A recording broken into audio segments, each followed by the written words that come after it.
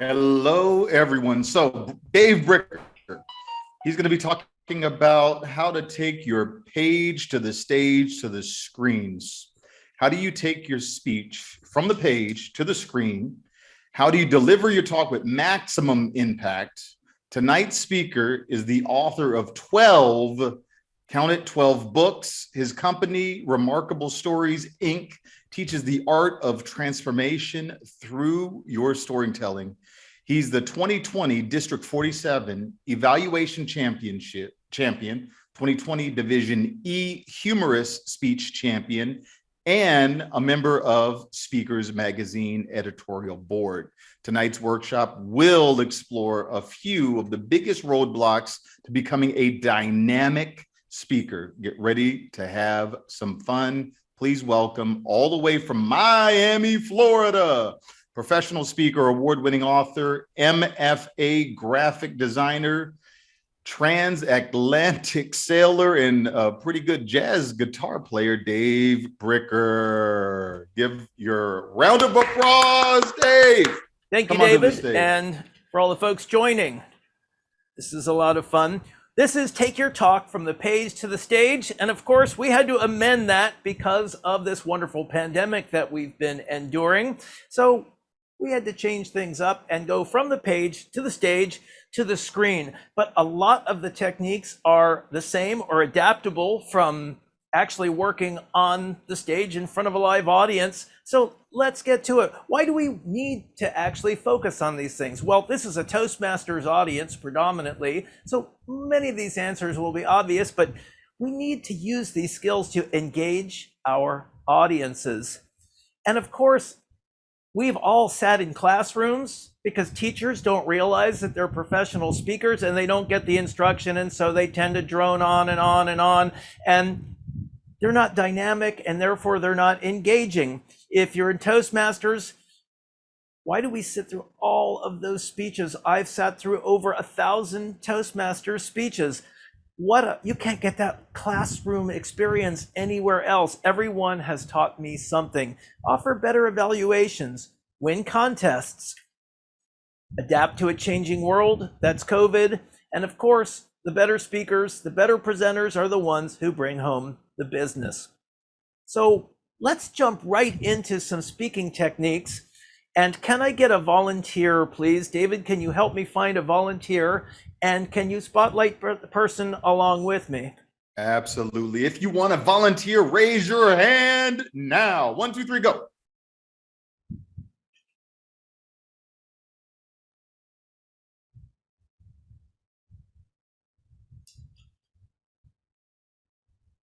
Raquel, we have Raquel Blake.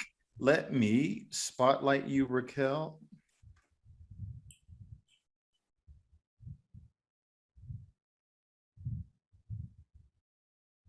All right, just a quick tip. We cannot spotlight you unless your video is on. So while we want to ensure everybody participates, if your video is not on, we can't spotlight you, okay? All right. So Susan's video was on. I added her for you. All right. So Susan's an NSA colleague of mine. So hello, and I enjoyed your presentation. I do a lot of storytelling stuff, so hopefully we'll get a chance to compare notes in Nashville this summer. But let's have a little fun with this. Now, please, everybody, this is Toastmasters. It almost goes without saying, but anyone who comes up to do this in front of other speakers is brave and bold. Let's make sure that we all create a courteous listening environment. That means honoring anybody who comes up with a little bit of applause. So Susan, you're probably familiar with the following speech. Abraham Lincoln's famous, iconic Gettysburg Address. And take a minute, read it in your head, and give us a read on that. Just read it out loud for you. Just read it out loud as if you were going to present it. To get my without any prep time. 87 years ago, our fathers brought forth on this continent a new nation, conceived in liberty and dedicated to the proposition that all men and women are created equal. Absolutely, and today he would have written it that way, so good for you.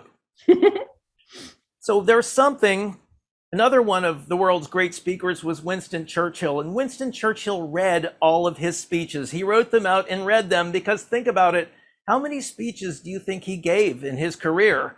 I mean, he had an amazing memory, but what I like to do is something that Churchill called psalm form. And all I'm going to do is I'm going to take that same thing, I'm going to break it up into individual lines, individual thought bubbles. Now give it another read. I've suggested some pauses there, but just by breaking it up into individual lines, give it another read and see if it feels any different. 87 years ago, our fathers brought forth on this continent a new nation, conceived in liberty and dedicated to the proposition that all men are created equal. Did it feel any different to you? Very. Yeah, and conceptually it's different, right? All of a sudden, it's not just this big jumble of words. Let's take it to another level. Same thing, but I'm going to underline words for emphasis. Now, this is where our own personality comes in, because you might choose to emphasize different words in the same speech. And there were no tape recorders when Abraham Lincoln gave this speech, so it's all conjecture. But give it a try now with a few of these words underlined. 87 years ago, our fathers brought forth on this continent a new nation, conceived in liberty and dedicated to the proposition that all men are created equal. Does it start to give you goosebumps now? A little goosey. Yeah, it makes a difference. So, simple lesson. When you're working on a presentation, I mean, you can write it out in prose when you're starting, but then when you start to rehearse it, break it into individual lines. Using that psalm form is such a powerful and simple way to ramp up the dynamics and make sure that you identify those words that bring out the meaning of the speech. Because eloquent words without dynamic delivery, you'll wonder why the audience is falling asleep when what you wrote was so amazing. So Susan, thank you for volunteering. Can we get a big round of applause for Susan, please? Thank you for the learning, Dave. Thank you very much, Susan. All right, who's next with video on? Would like to have a little bit of fun.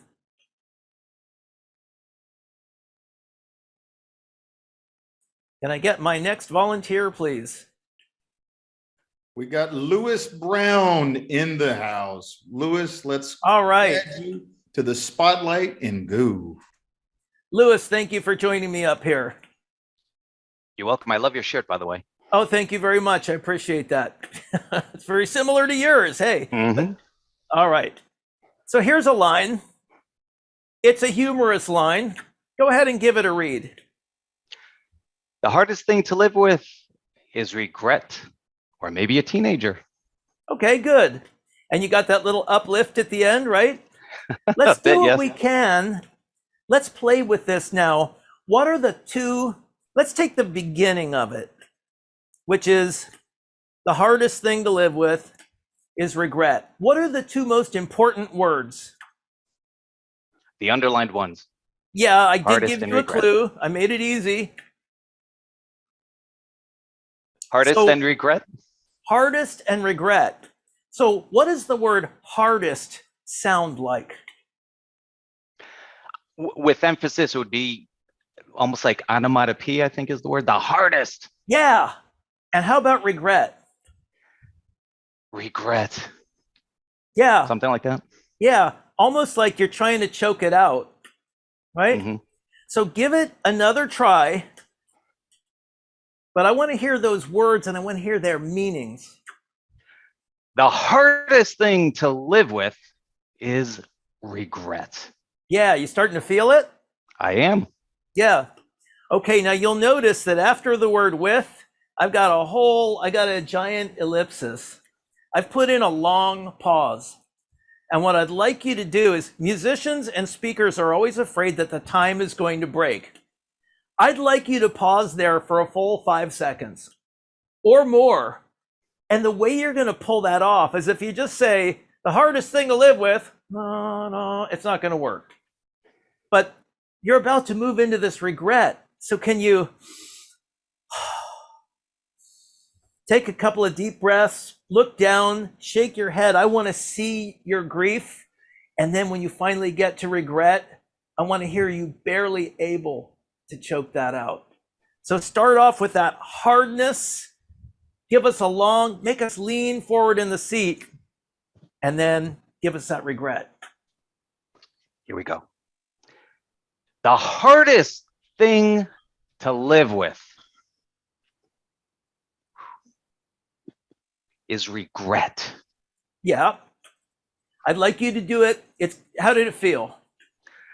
Actually, a little challenging because it's outside my comfort zone. That's okay. That's what we're here to do. You're doing great. Better than a lot of people who have done this exercise. So I'd like you to make that pause even a little longer because the time is going by not as fast as it feels. Really, just milk that. And if you do it too long, we'll forgive you because I'm putting you on the spot to do an exercise. And then at the end, it's like, this regret. Like, I want to barely hear it. So we have that contrast between hardest and regret. Go ahead and give that a try. The hardest thing to live with is regret. Yeah. Anyone feeling it? Feel it in your chest? How did it feel to you? That was also a little challenging because I did want to speak sooner than that 5 second. Yeah, and you can really, I mean, if you've got an audience in the room, I mean, the hardest thing to live with.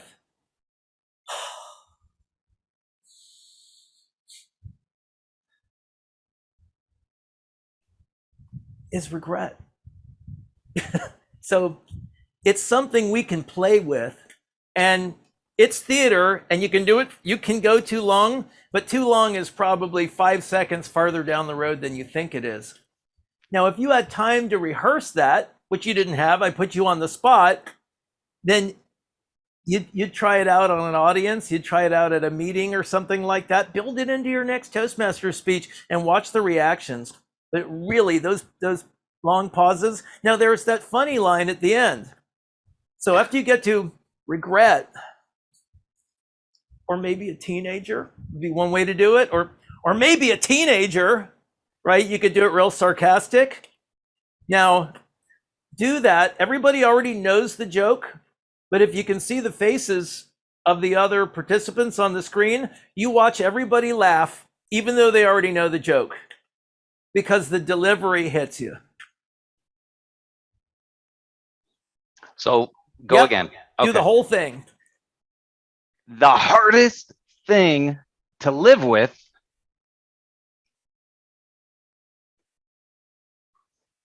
is regret. Or maybe a teenager. Yeah. Love it. How did that feel? It felt good. Yeah, and it's also great because you're kind of taking your audience into that dark place and you're bringing them back into the light, which they really appreciate. Unless they're a therapist working in the area. But great job. Thank you very much. Can we get a big hand? Appreciate you joining me for that. All right. Wonderful. I've done this for National Speakers Association groups before, and it's amazing. Sometimes I get people from Toastmasters chapters who actually do a better job than the professional speaker audience. Just my experience. Who's next? Who would like to join me, or who's willing to join me even if they wouldn't like to?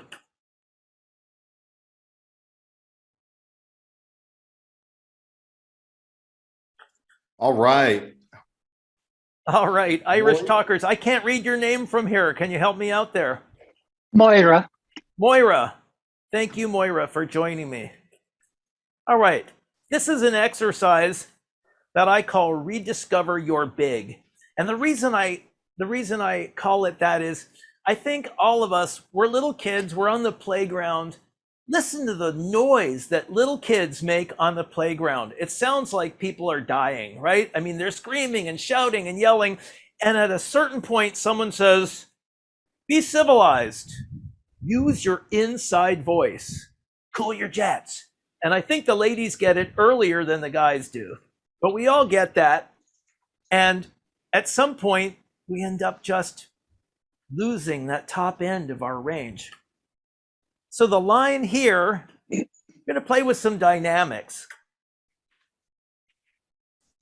Why don't you give me a read on that? Think about it for a minute and give me a read on it.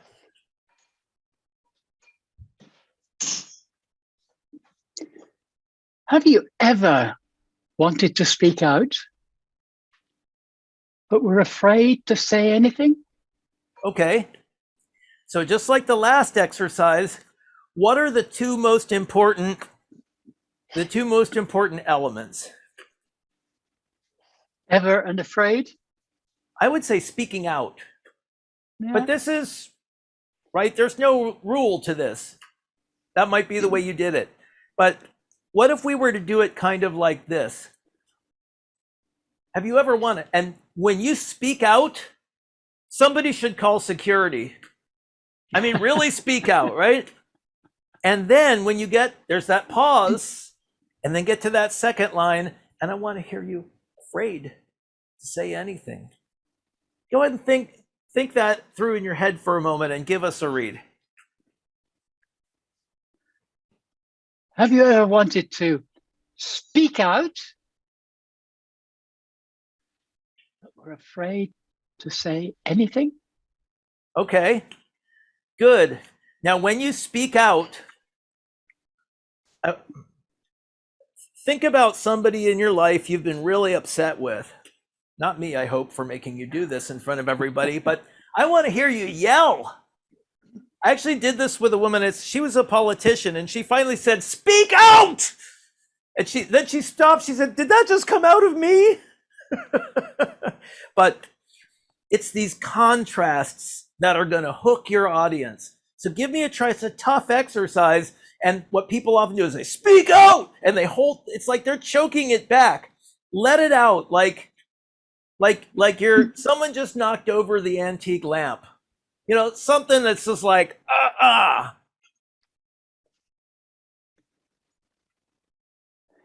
Have you ever wanted to speak out, but were afraid to say anything? This is good. I think you broke your microphone. and your automatic dynamics kicked in there, but that's the idea. So give me, you got the speak out part now. Now give me that long pause, but this is instead of the regret, this is that anger, right? Have you ever wanted to speak out, but were afraid to say anything?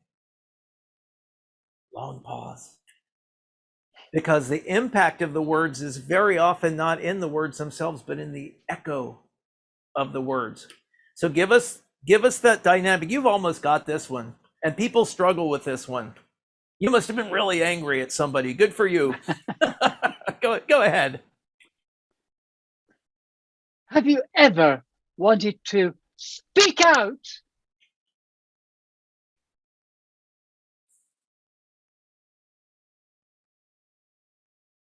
but were afraid to say anything?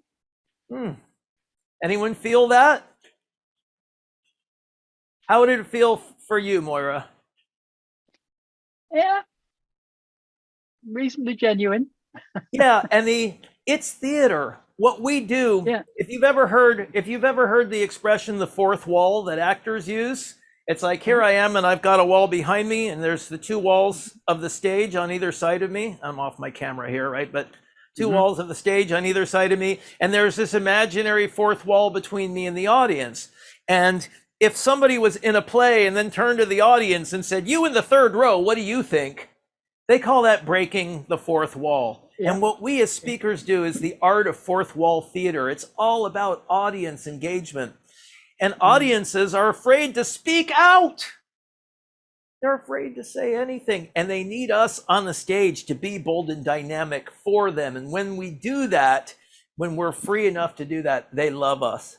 So Moira, good job. A big round of applause for Moira, please. That was fantastic. Thank you so much.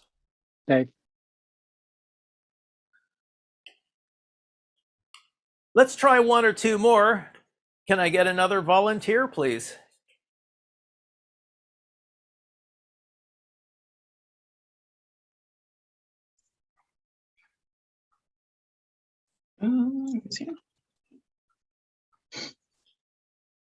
All right. That's Larry, I believe. Yes. Wonderful. Thank you. So when speakers deliver dialogue, I see this happen all the time. Dialogue is one of those things. Yeah, dialogue or dialogue, right? I mean, there are so many ways to bring a speech to life by telling a story. So read it through silently in your head, and then give this one a try. There's a twist to this. It's pretty good. I was in the Navy, so now I'm lost at sea. All right. I looked around and saw nothing. Where am I? I'm lost at sea. And then Stryker's voice came back to me, like he was there with his hand on my shoulder. Trust your compass. Great. One of the best first readings of that I've ever seen. Couple of simple things to consider. What I liked, you did it very intuitively. And you looked around, you said, where am I? I'm lost at sea. When we do the gesture and the vocal at the same time, we're asking our audience to process two pieces of information. And this doesn't even have anything to do with the dialogue, but what if you do, I looked around and saw nothing. So you're doing the gesture first, then the narration. So what are the characters? And I'll shorten that up. What are the three characters in this dialogue? There's myself and Striders Mm-hmm. and the sea. There's yourself as a narrator talking about what happened in the past. I looked around and saw nothing. Then there's you back in the story. Help, I'm lost at sea. And then you're narrating again, right? And then maybe, and I liked what you did with the hand on the shoulder. And then, oops, other way. And then you can say, and then what does Strider sound like? I envision him as kind of a Yoda-like character, right?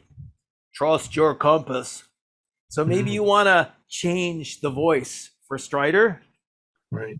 Now, block this a little bit by figuring out maybe, now you're in a chair, right? So just lean toward your camera, maybe for the narrator, right?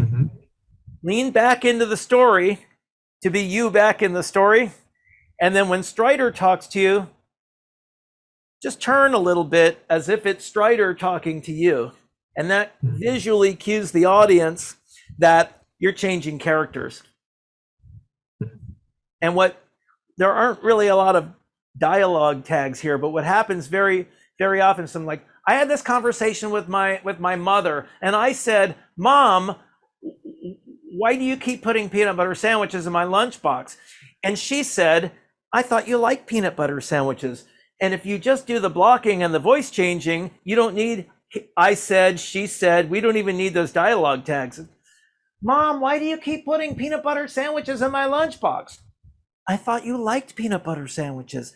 And we can smooth out the dialogue that way. But I'm off target here a little bit. Try this one with narrator, character, narrator, Strider. And just by the way you move your body and the way you change your voice, see what you can do to bring that to life.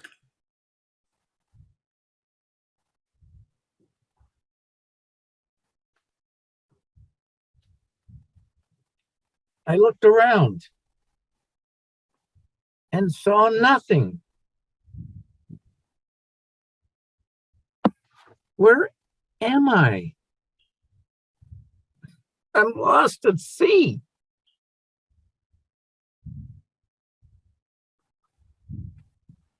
And then Schreider's voice came back to me, like he was right there on my shoulder, hand on his shoulder. Trust your compass. Bravo. That was fantastic. Thank you. I can tell you've done this for a while, and but this is the art of this, and there's so much that you did intuitively that a lot of people don't even think to do. But remember that the narrator is a character, and by just moving forward and back, now I'm standing up, I have a little bit more latitude to get close to the camera or far away, but if you do this intentionally and just, okay, someone's talking to you, they can't be you, so just turn your head and it opens the audience right up. Larry, thank you so much. Bravo. Thank you. So I'm Wow, at about, that was amazing. thank you. I'm at about 26 and a half minutes, and I don't think we have time. Let me see what I have next. Who wants to try one real quick?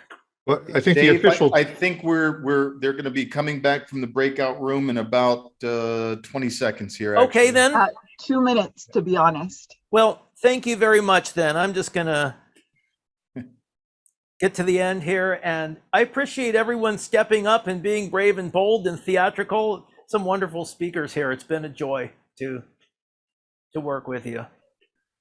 You do have an additional 1 minute and a couple seconds if you want to get anything else in. Well,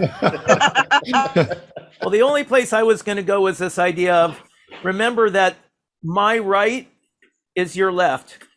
So if I'm going to take you on a journey from past to future, I'm going to move the opposite from the way I read. So here's your left, the way you read, to your right. Remember when you're facing the audience to switch directions. And the exercise was going to be one about, you know, the past, the present, the future, and just moving across the stage as you do that. And it really helps the audience track where you're going. So that's the lecture rather than the interactive version of it, but there it is. And I, as Zoom Master, get to throw in here something about the settings on Zoom to help you out.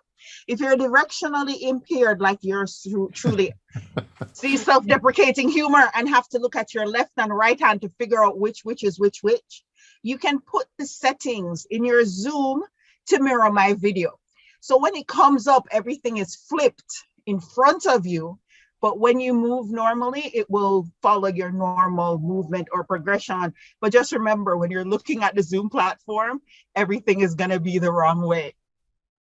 But we'll see it the right way. But when you're facing an audience, even on stage, your right is their left.